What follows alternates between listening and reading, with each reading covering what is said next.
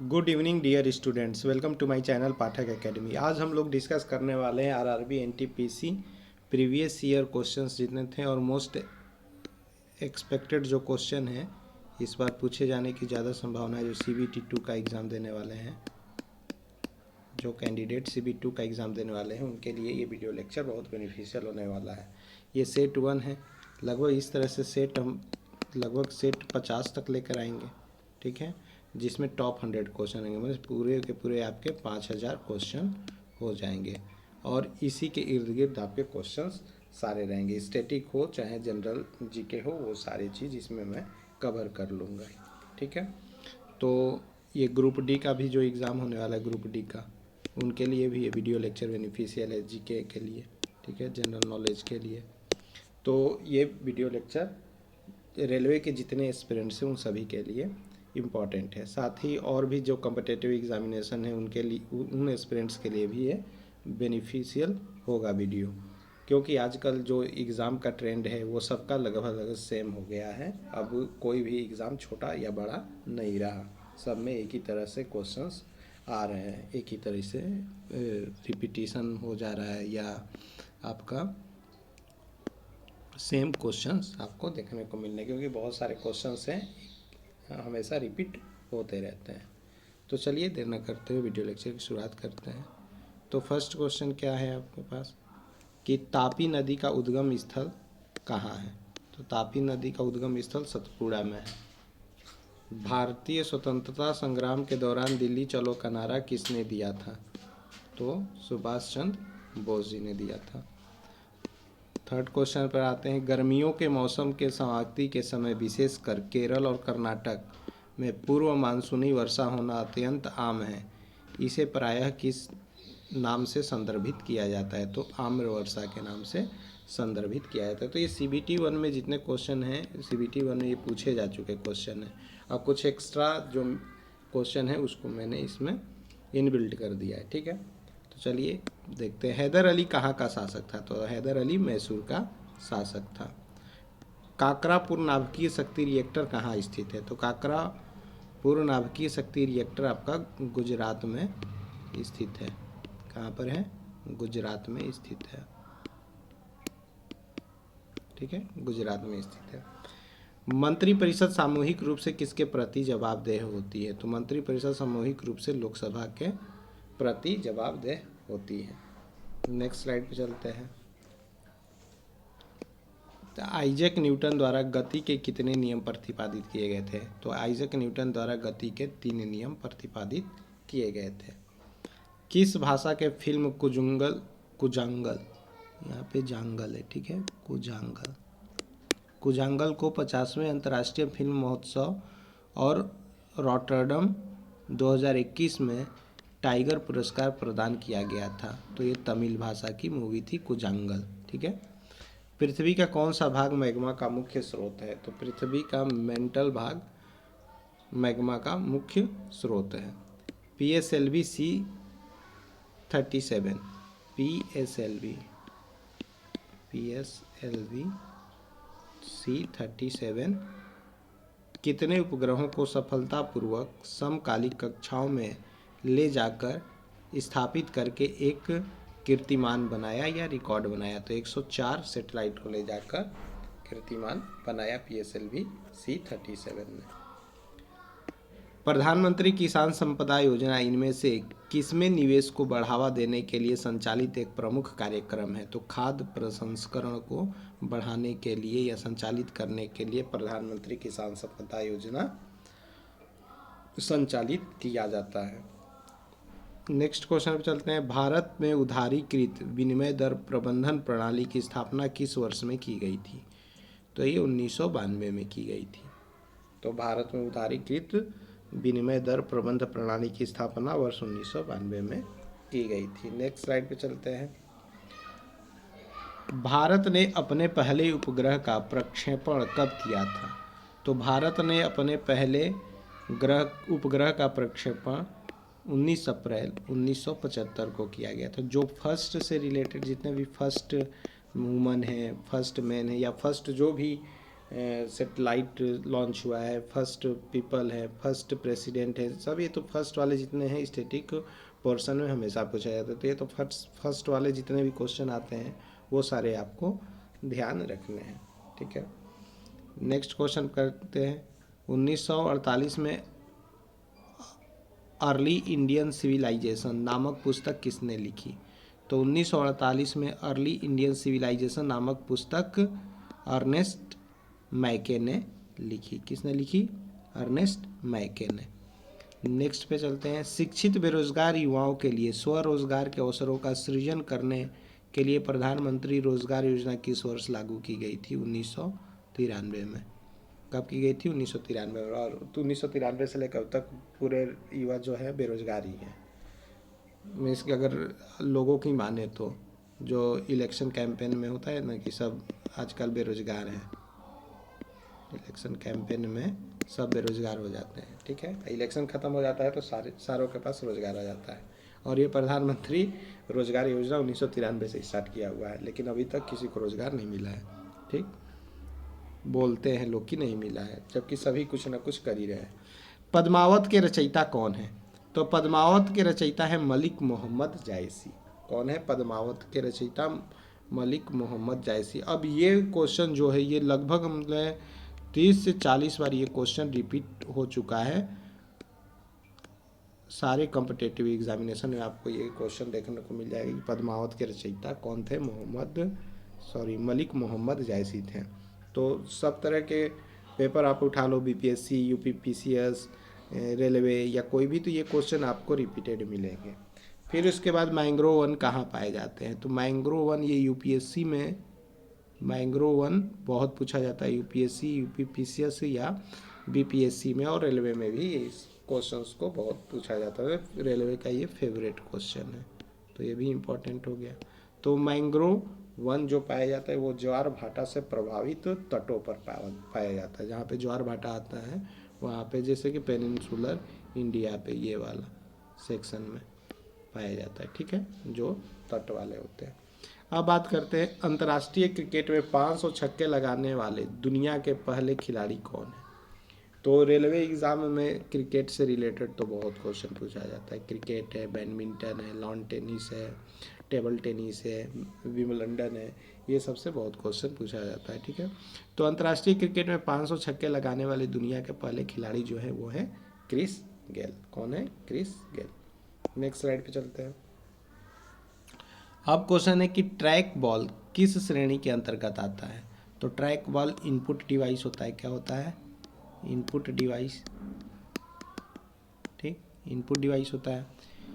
रियो 2016 ग्रीष्मकालीन ओलंपिक खेलों में महिलाओं की एकल बैडमिंटन प्रतिस्पर्धा में किसने स्वर्ण पदक जीता? तो कैरोलिना मारिन ने स्वर्ण पदक जीता, ठीक। तो यहाँ पे खेल से रिलेटेड ओलंपिक है, ओलंपिक से भी बहुत क्वेश्चन आते हैं, ठीक है। ऑस्कर अवार्ड से रिलेटेड आते हैं, ऑस्कर अवार्ड। तो ये जितने भी ईयर के ऑस्कर अवार्ड हैं, जितने भी ईयर नहीं, इसके लेटेस्ट ईयर के जो ऑस्कर अवार्ड है ओलंपिक से है, गेम है, तो ओलंपिक से है। फिर उसके बाद आपके ये इंडेक्स हैं, ठीक। फिर उसके बाद आपके स्पोर्ट्स से रिलेटेड जो इवेंट्स हुए, स्पोर्ट्स इवेंट्स, उनसे रिलेटेड जितने भी क्वेश्चन हैं स्टैटिक जीके में, या उसको आप करंट अफेयर भी बोल सकते हैं, उससे रिलेटेड क्वेश्चन ज़्यादा पूछा जाता है, ठीक है। अब देखते हैं एम एस स्वामीनाथन। अब M S Swaminathan one liner में आपको ग्रुप डी, रेलवे, एनटीपीसी, ये सब में क्वेश्चन ये रिपीटेड आपको देखने को मिलेगा, या एसएससी के एग्जामिनेशन में। तो एम एस स्वामीनाथन जो है वो एक कृषि वैज्ञानिक है। क्या है? कृषि वैज्ञानिक है। तो आप ये मत समझना कि जो CBT 1 में आ गया है वो CBT 2 में नहीं आएगा। कहाँ से क्वेश्चन बनाएगा? CBT 1 में इतने फेज में एग्जाम हुए थे कि वही क्वेश्चन ही आपके रिपीट होते हुए देखने को मिलेंगे। तो इसलिए प्रीवियस ईयर तो पूरा कर लेना है प्रीवियस ईयर, और जो एक्स्ट्रा है वो भी इसके अंदर हमने इनबिल्ट कर दिया है, जो है वो अभी आपको देखने को मिलेगा, ठीक है। बात करते हैं अब नेक्स्ट की। नेक्स्ट है हमारे पास कि भारतीय संविधान का कौन सा अनुच्छेद अल्पसंख्यकों के हितों के संरक्षण से संबंधित है? बहुत इंपॉर्टेंट है, वेरी इंपॉर्टेंट क्वेश्चन, ठीक है। हमारे देश में दो ही लोग की बात होती है, अगर होली बनेगा, दीपावली बनेगा, कभी देखेंगे तो उसको सांस्कृतिक सौहार्द बनाने के लिए कहते हैं हिंदू मुस्लिम के ऊपर बहुत सारे ऐड बनेंगे आपके, ठीक है। इससे हमें कोई गुरेज नहीं है, लेकिन बनते हैं। तो उस तरह से आप याद रखते हैं कि अनुच्छेद 29 क्यों इम्पॉर्टेंट है, क्योंकि ये भारतीय संविधान का वह अनुच्छेद है जिसमें अल्पसंख्यकों के हितों के संरक्षण से संबंधित है। जबकि अल्पसंख्यक हमारे पास जैनिज़्म है, जैन धर्म वाले हैं, बौद्ध धर्म वाले हैं, सिख हैं, ईसाई हैं, ये ज़्यादा अल्पसंख्यक हैं। लेकिन तभी भी 20 से 21% की आबादी के साथ मुस्लिम हमारे यहाँ अल्पसंख्यक का दर्जा लेकर बैठे हुए हैं, ठीक है। तो ये हमारे देश का संविधान और हमारे देश का जो सिस्टम है उनकी मेहरबानी है अल्पसंख्यकों के ऊपर। मतलब अल्पसंख्यकों के ऊपर नहीं है, अल्पसंख्यक तो आपके जैन, बौद्ध और ये सिख होते हैं, लेकिन ये मुस्लिम भाइयों को और मुस्लिम बहनों को ही हमारे देश में अल्पसंख्यक माना जाता है, ठीक है, 21% आबादी के साथ। कोई बात नहीं, चलिए आगे चलते हैं। नामद्रोलिंग मठ भारत के किस राज्य में स्थित है? तो नामद्रोलिंग मठ भारत के कर्नाटक राज्य में स्थित है, ठीक है।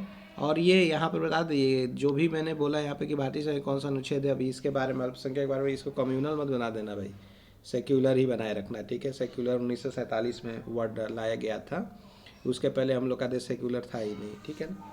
चलो सेक्युलर कम्युनल के चक्कर में ना पड़िए, बस खाली क्वेश्चन है इसके चक्कर में रहिए, यही सब क्वेश्चन पूछने वाले हैं, बस याद रखिए, क्वेश्चन करिए और सिलेक्शन पाइए, बस और कुछ ध्यान नहीं रखना है, ठीक है। कम्युनल सेक्युलर के चक्कर में मत पड़िए, और लिबरांडू में, गोदी मीडिया में और चाटुकारिता मीडिया में, ये सब में नहीं पढ़ना है। चलो, नामद्रोलिंग मठ भारत के किस राज्य में स्थित है? तो कर्नाटक में है। भारत का एकमात्र नौसेना विमानन संग्रहालय किस राज्य में स्थित है? ठीक है, वेरी इंपॉर्टेंट क्वेश्चन, कि भारत का एकमात्र नौसेना विमानन संग्रहालय गोवा राज्य में स्थित है, ठीक है। चलो नेक्स्ट स्लाइड पे चलते हैं। भारत का कौन सा राष्ट्रीय उद्यान यूनेस्को का एक विशेष धरोहर स्थल है? तो भारत का राष्ट्रीय उद्यान काजीरंगा राष्ट्रीय उद्यान यूनेस्को का एक विशेष धरोहर है, जो कि असम में आपका ये राष्ट्रीय उद्यान है, ठीक है। कहाँ पर है? असम में। अब बात असम में है, ठीक है। अब है, किस पौधे को ग्रीन गोल्ड कहा जाता है? तो बांस जो होता है उसको ग्रीन गोल्ड कहा जाता है, तो ये भी इम्पोर्टेंट है, ठीक है। भारत के किस वायसराय ने देसी भाषा प्रेस मीन्स की वर्नाकुलर प्रेस एक्ट अधिनियम का प्रस्ताव दिया था? तो लॉर्ड लिटन ने। ये वेरी इंपॉर्टेंट है, ये तो हर एग्ज़ाम में पूछता है, यूपीएससी है, यूपीपीसीएस है, बीपीएससी है, ये रेलवे है, स्टेट पीसीएस है पूरे, फिर आपके पास एसएससी के एग्ज़ाम है जितने। मोस्ट फेवरेट क्वेश्चन है ये क्वेश्चन, मतलब 50 से 100 बार रिपीट हो चुके हैं, ठीक है। तो भारत के किस वायसराय से देसी भाषा प्रेस वर्नाकुलर प्रेस एक्ट अधिनियम का प्रस्ताव दिया गया था? तो ये वायसराय थे लॉर्ड लिटन, ठीक है। नेक्स्ट स्लाइड पे चलते हैं, sorry next slide, next question, bank for international settlement, ठीक है, bank for international settlement BIS, ठीक है, का मुख्यालय कहाँ स्थित है? तो ये बासल में स्थित है। कहाँ है?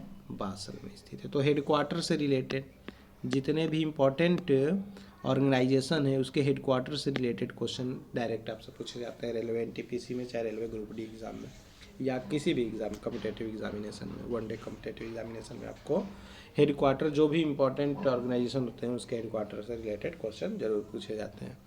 अब बात करते हैं VLCC,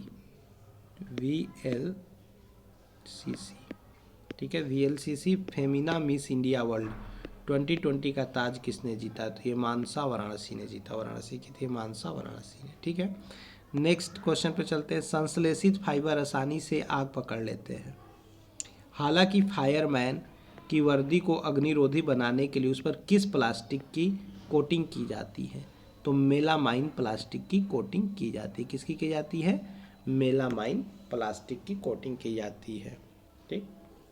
जो हमारे फायरमैन होते हैं उनके वर्दी पर संश्लेषित फाइबर के बजाय संश्लेषित फाइबर के जो कपड़े होते हैं उसके ऊपर क्या होते हैं? मेलामाइन की कोटिंग कर देते हैं, जिससे कि वो आग में जाते हैं तो उनके वर्दी में आग नहीं लगती है, ठीक है। चलो नेक्स्ट स्लाइड पे चलते हैं नेक्स्ट क्वेश्चन के लिए। किस जंगल के पौधे या पेड़ों की जड़ें पानी में डूबी होती हैं? तो मैंग्रोव वन की जड़ें या पौधों की पेड़ों की जो पेड़ और पौधे हैं उनके जड़ें पानी में डूबी होती है, वो मैंग्रोव वन की पौधे होते हैं या पेड़ होते हैं। अब बात करते हैं रात्रि के समय आकाश में मौजूद सबसे चमकीला ग्रह कौन सा है? तो रात्रि के समय आकाश में मौजूद सबसे चमकीला ग्रह शुक्र ग्रह है। भारतीय संविधान की आत्मा के रूप में किसे वर्णित किया गया है? तो मौलिक अधिकार को। ये भी बहुत बार रिपीट क्वेश्चन किया गया है, ठीक है। तो भारतीय संविधान की आत्मा के रूप में वर्णित किया गया है मौलिक अधिकार को, जिसको बाबा साहब अम्बेडकर ने हृदय, संविधान का हृदय या संविधान की आत्मा बोला था, heart of the Indian constitution बोला था मौलिक अधिकार को बाबा साहब अम्बेडकर ने, ठीक है। सिंधु सभ्यता के किन स्थलों जलाशयों में के साक्ष्य मिले हैं? तो सिंधु सभ्यता के किन स्थलों में जलाशयों के साक्ष्य मिले हैं? तो धोलावीरा सिंधु सभ्यता के स्थलों में जलाशयों के साक्ष्य मिले हैं। तो ये भी बहुत इंपॉर्टेंट क्वेश्चन है। राजाजी राष्ट्रीय उद्यान कहाँ स्थित है? तो ये उत्तराखंड में स्थित है। कहाँ है? उत्तराखंड में। तो राजाजी राष्ट्रीय उद्यान स्थित है उत्तराखंड में। तो यहाँ पे नेशनल पार्क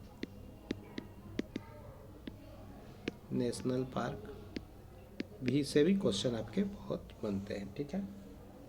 अब आते हैं ISCII का पूर्ण रूप है। तो इसका पूर्ण रूप है Indian standard code for information interchange. तो कंप्यूटर से भी क्वेश्चंस आपके पूछे जाएंगे, ठीक है। तो इजी वाले क्वेश्चन पूछे जाते हैं कंप्यूटर से। आपको इनपुट डिवाइस देख लेना, आउटपुट डिवाइस देख लेना, फिर जो एब्रीविएशन होते हैं उनका फुल नेम रख लेना, फुल फॉर्म उसका याद रख लेना। तो इनसे ये ज़्यादा क्वेश्चन पूछे जाते हैं। कुछ एप्लीकेशन सॉफ्टवेयर का देख लेना, कुछ ऑपरेटिंग सिस्टम देख लेना कंप्यूटर से रिलेटेड, ठीक है।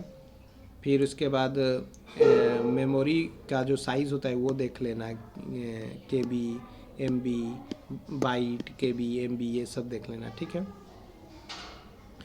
फिर उसके बाद तो ISCII का पूर्ण रूप है Indian standard code for information interchange. चलो नेक्स्ट स्लाइड पे चलते हैं। अब आउटपुट डिवाइस क्या है कंप्यूटर में? तो मॉनिटर आउटपुट डिवाइस है, ठीक है। तो बताया था अभी कि कंप्यूटर में क्या देख लेना है आपको? आउटपुट और इनपुट डिवाइस। क्या देख लेना है? आउटपुट और इनपुट डिवाइस को देख लेना है। भारत की सबसे बड़ी तटीय खारे पानी की झील किस राज्य में स्थित है? तो उड़ीसा में, जिसको चिल्का झील बोलते हैं, ठीक है। तो भारत की सबसे बड़ी तटीय खारे पानी की झील किस राज्य में स्थित है? उड़ीसा में, जिसको बोलते हैं हम लोग क्या?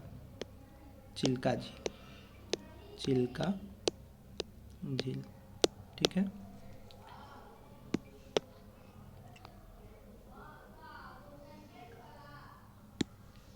बैंडिकूट किसे संदर्भित करता है? तो बैंडिकूट एक जल निकास स्वच्छक रोबोट को निर्देशित करता है या संदर्भित करता है, ठीक है। तो बैंडिकूट क्या है?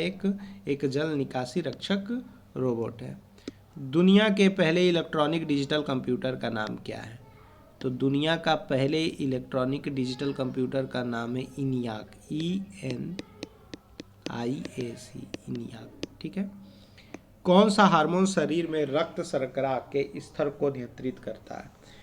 तो इंसुलिन जो है वो हार्मोन, जो शरीर के हार्मोन में रक्त शर्करा का स्तर होता है उसको नियंत्रित कौन करता है? इंसुलिन करता है, ठीक है। बात करते हैं नेक्स्ट क्वेश्चन की। तेजस नामक स्वदेशी LCA का मतलब होता है light combat aircraft, light combat aircraft, ठीक है, लाइट कॉम्बैट एयरक्राफ्ट। तो तेजस नामक स्वदेशी LCA light combat aircraft fighter jet का निर्माण किसके द्वारा किया गया है? तो ये है हिंदुस्तान एरोनॉटिक्स लिमिटेड, ठीक है। Hindustan aeronautics limited, HAL, Hindustan aeronautics limited. Next slide पे चलते हैं, नेक्स्ट क्वेश्चन देखते हैं। दुर्भाग्यपूर्ण कारणों के लिए उपयोगकर्ता की संवेदनशील जानकारी जैसे कि यूजर नेम, पासवर्ड और क्रेडिट कार्ड विवरण आदि प्राप्त करने के प्रयास को क्या कहा जाता है? तो ये इसको फिशिंग कहा जाता है। क्या कहता है? फिशिंग मीन्स कि गलत तरीके से यूज़ करने के लिए हैकर्स जो होते हैं हैक कर लेते हैं, जैसे कि उपयोगकर्ता के user name, password, credit card विवरण आदि हैक करके कर लेते हैं। उस सब प्रोसेस को क्या कहते हैं, तो उन सारे प्रोसेस को हम लोग फिशिंग कहते हैं। ठीक है, फिशिंग मछली पकड़ने वाली फिशिंग नहीं, फिशिंग।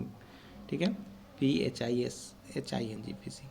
अब देखो यहाँ पे मैंने कुछ फुल फॉर्म लिख दिए हैं, एब्रीविएशन जो भी है कंप्यूटर से रिलेटेड क्वेश्चन पूछे जाते हैं, जैसे कि URL बहुत बार पूछा जाता है, तो इसका मतलब होता है uniform resource locator. Fax, facsimile, fax का पूरा नेम क्या होता है, facsimile. RAM, random access memory. DBMS, database management system. ठीक है, चलो।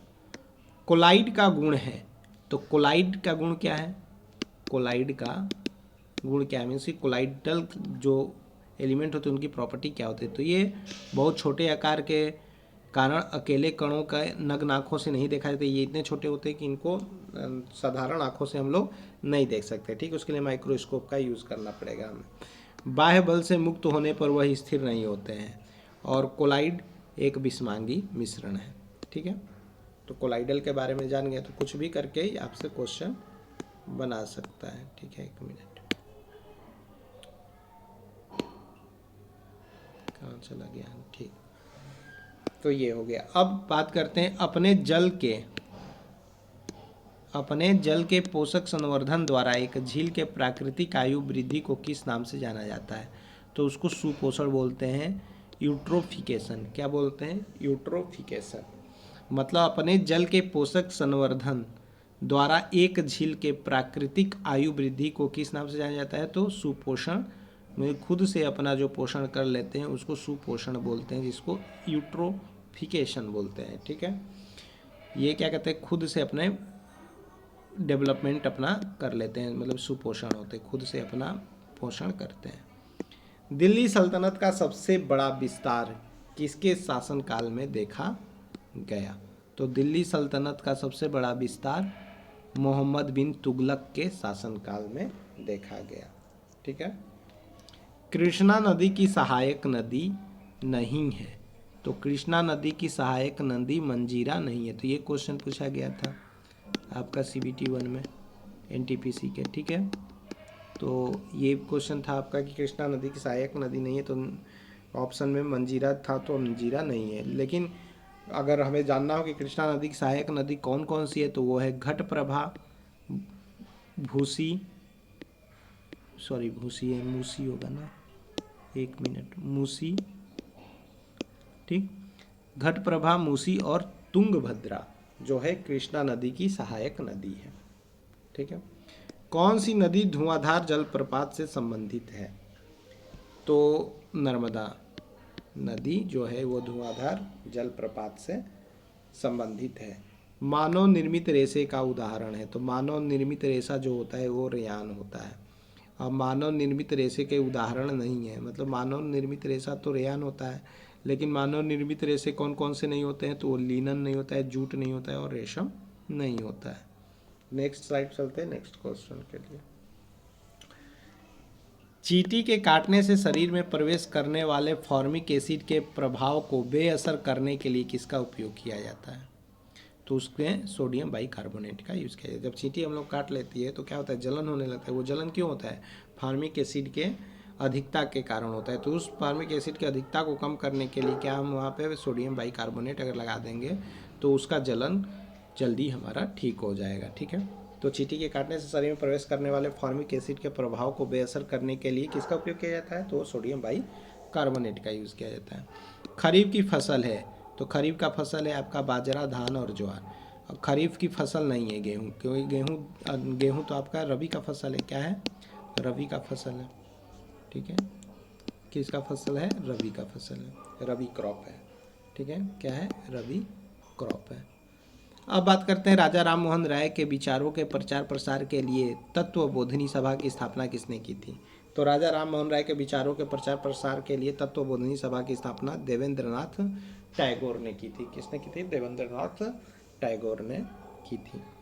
किस राज्य की मंत्रिपरिषद में मुख्यमंत्री सहित मंत्रियों की कुल संख्या उस राज्य की विधानसभा के सदस्यों की कुल संख्या के कितने प्रतिशत से अधिक नहीं हो सकती, तो 15% से अधिक नहीं हो सकती। चलो नेक्स्ट स्लाइड पे चलते हैं।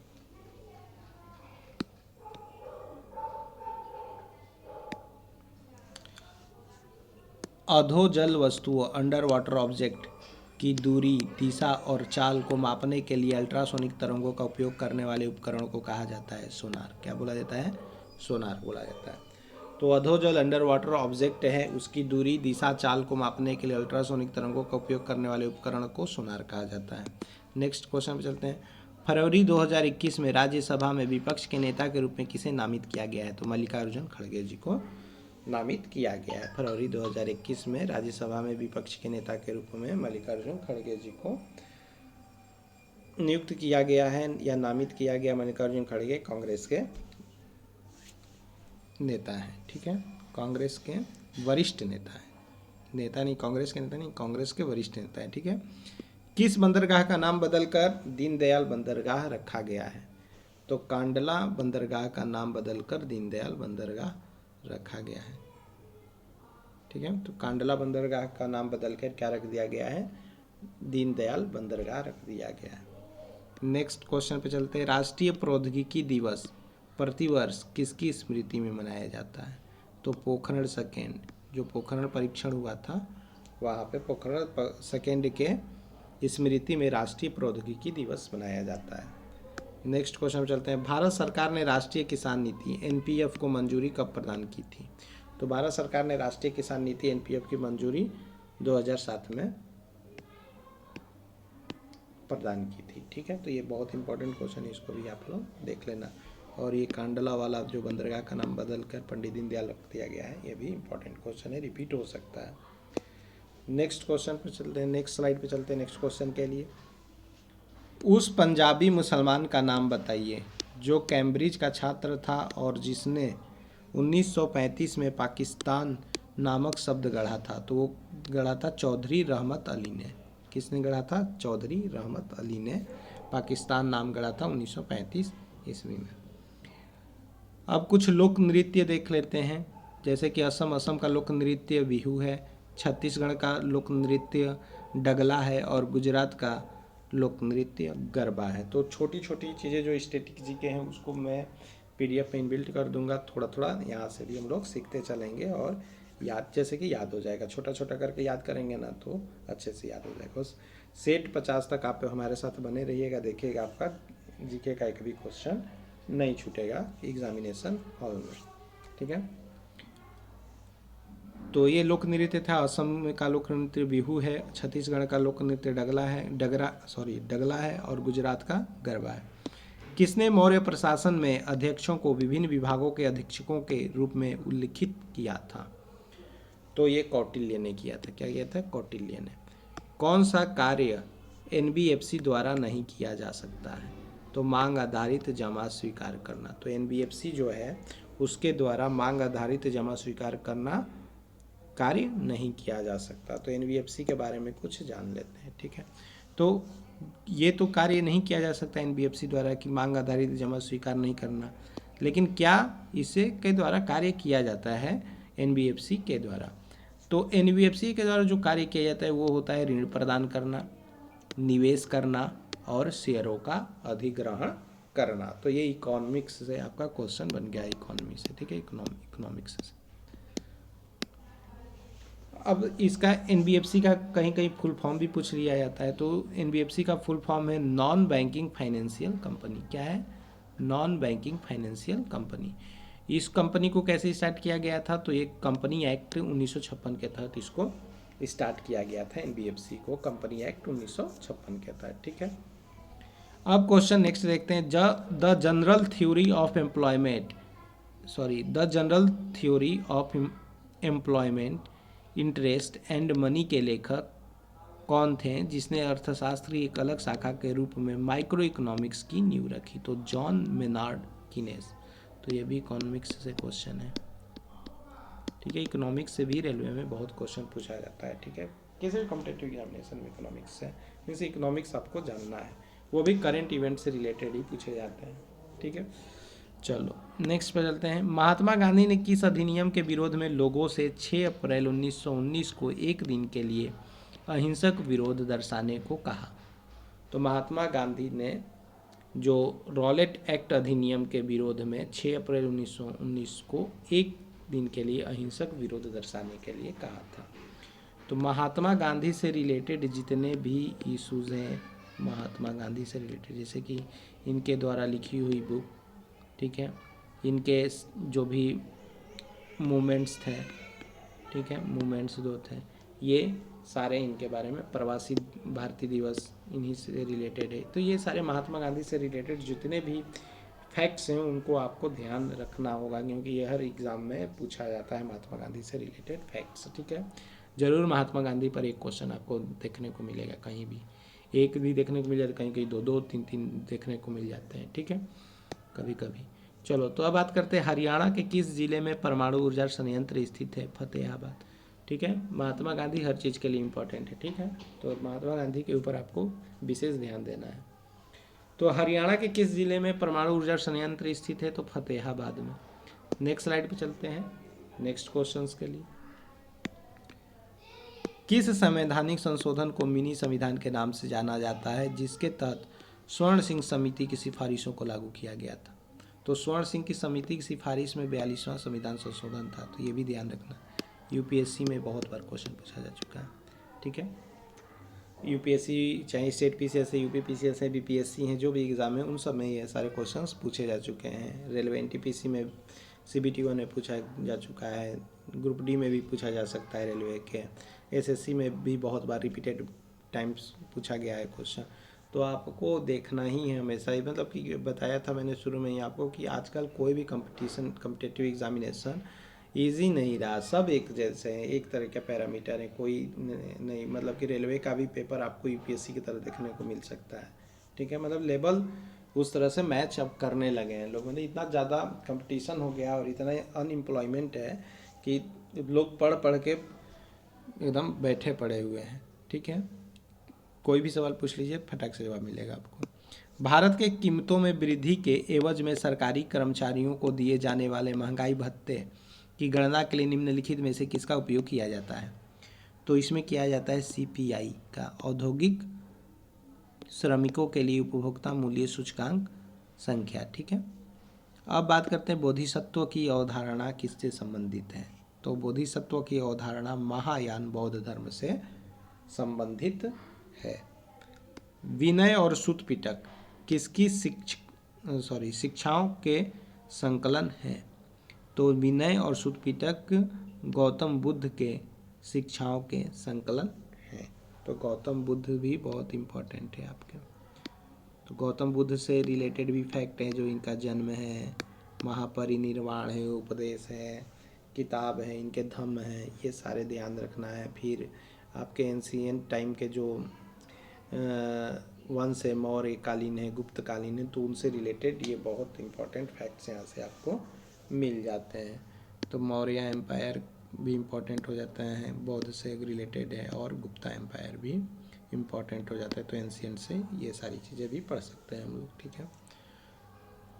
नेक्स्ट क्वेश्चन, 5 मार्च 2019 को शुरू हुई प्रधानमंत्री श्रम योगी मानधन योजना का लक्ष्य किसे लाभान्वित करना है?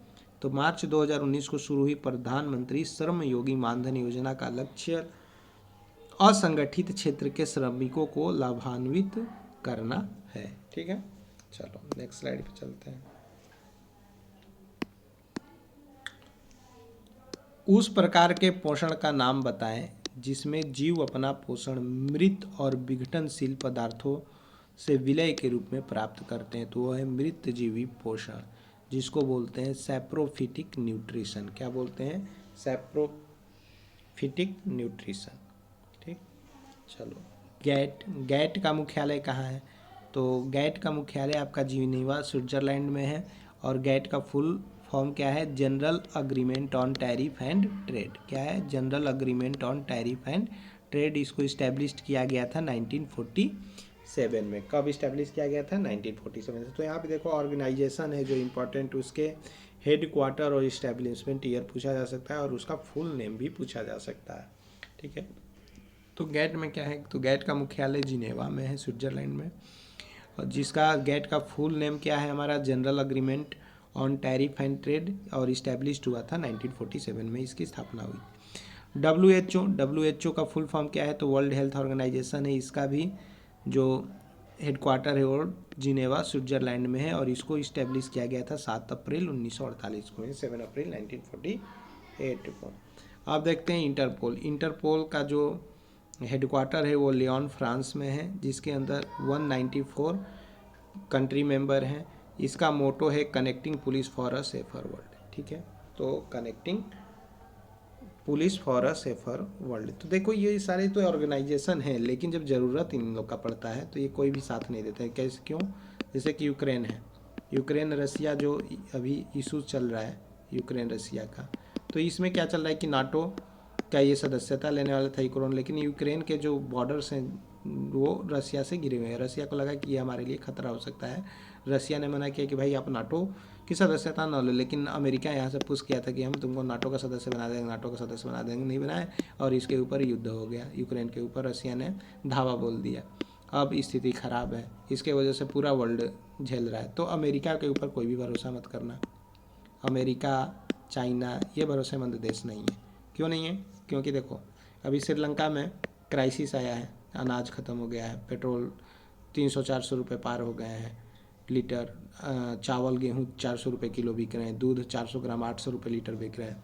तो ये सब क्या करते हैं, उधार दे देते हैं, वो दे देते हैं, गरीब आपको बना देंगे, आपके यहाँ से सारी चीज़ हथिया लेंगे जो भी चीज़ होगा, फिर उसके बाद आपको कंगाल बनाकर छोड़ देंगे, फिर उसके बाद अपने पीछे हट जाएंगे। अमेरिका का ही दुष्परिणाम है कि आज यूक्रेन को भुगतना पड़ रहा है।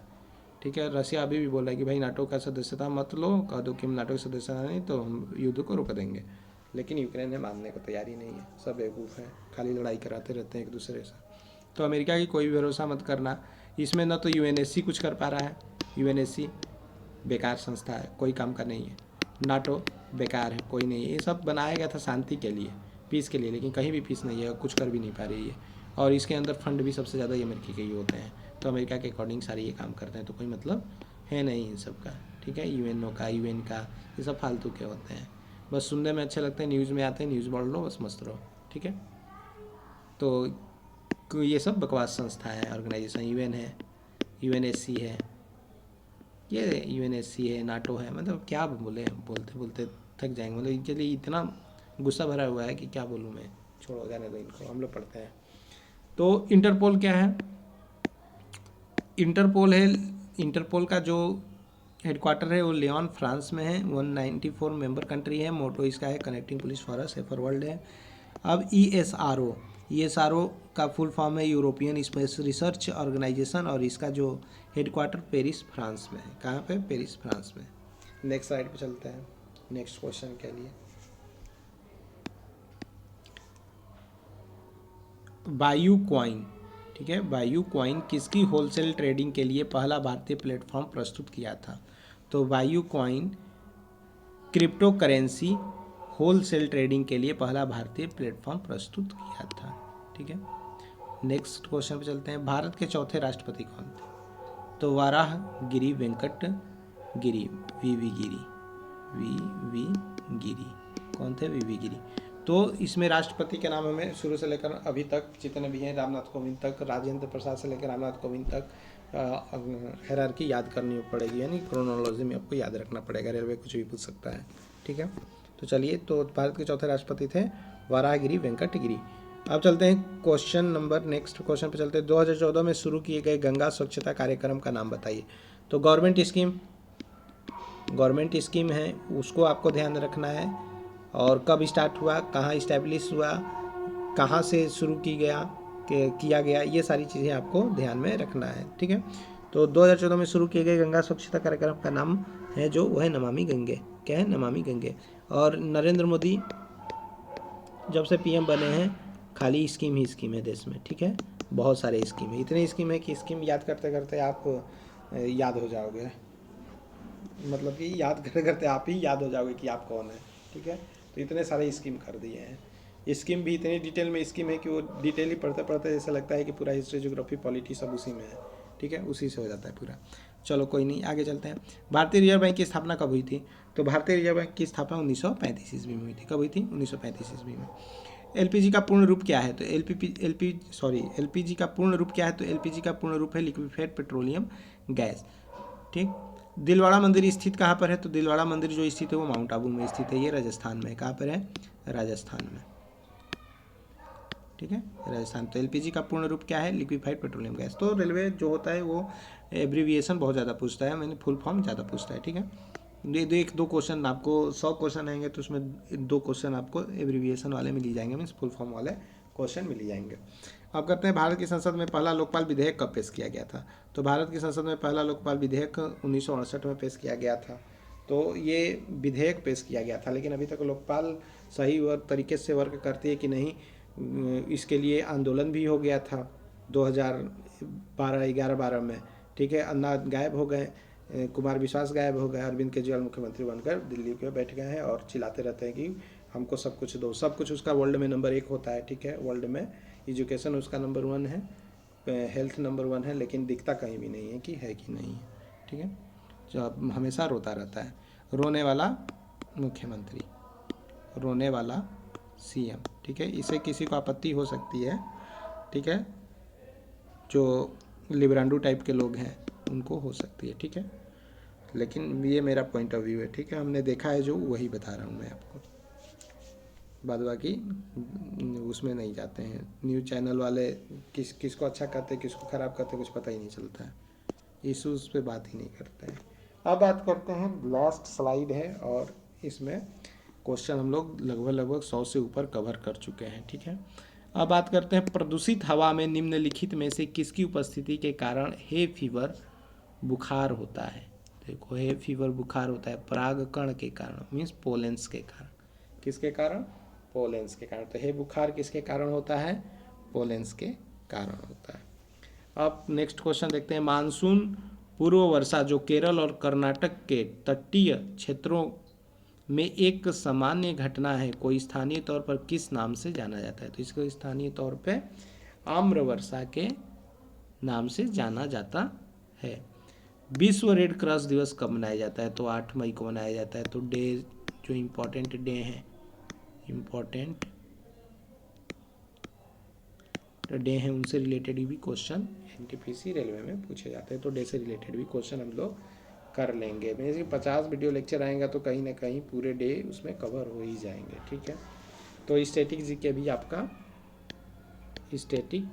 भी आपका कंप्लीट हो जाएगा इसी में। ठीक है, आई होप आपको वीडियो लेक्चर अच्छा लगा होगा और आपके एग्जामिनेशन के लिए आप बेनिफिशियल हो यह video lecture. Hope for the best. Thank you for watching. अगर ये वीडियो लेक्चर अच्छा लगा हो तो आप ज़्यादा से ज़्यादा लाइक करें इस वीडियो लेक्चर को, ज़्यादा से ज़्यादा दोस्तों के बीच शेयर करें, और जो इस चैनल पर नए हैं वो चैनल को सब्सक्राइब करना ना भूलें। प्लीज़ सब्सक्राइब ज़्यादा से ज़्यादा करें। ठीक है, तब तक के लिए बाय बाय, जय हिंद, जय भारत।